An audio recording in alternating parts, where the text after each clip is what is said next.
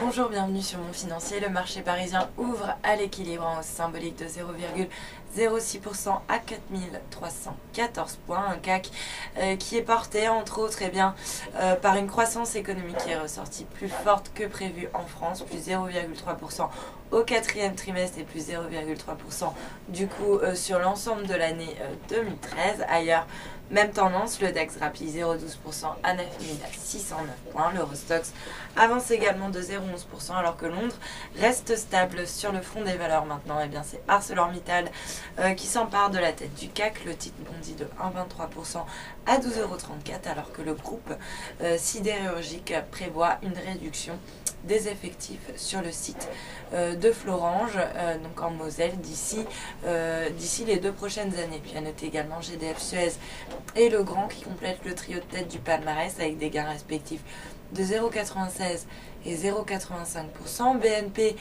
déclassé en revanche à neutre par UBS qui ramène du coup son objectif de cours à 63 €, abandonne 1,6% à 58,30 €. Puis à noter également Pernod Ricard qui subit des prises de bénéfices après sa publication pourtant bien accueillie la veille. Le titre donne 1,2% à 83,84 €.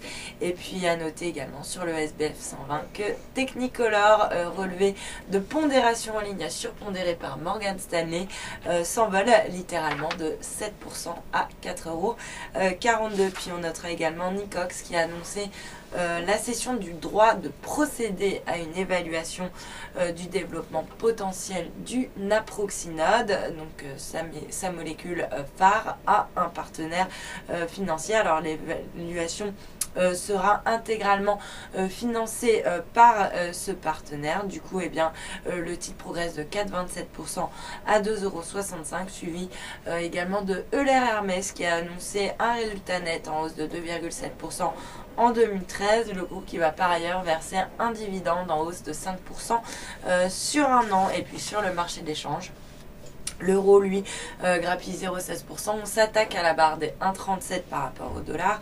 Il cède en revanche 0,35% face au yen à 139,49 yens. Puis à noter que billet vert, lui aussi, s'inscrit en nette baisse par rapport à la devise japonaise, moins 0,5% à 101,86 yens. Et puis pour terminer, l'once d'or qui continue de reprendre de la hauteur et qui avance encore ce matin de 0,62%. On est désormais largement au-dessus des 1300 $ à 1308 $ précisément l'once. Voilà pour l'ouverture. Restez avec nous. Très bonne journée.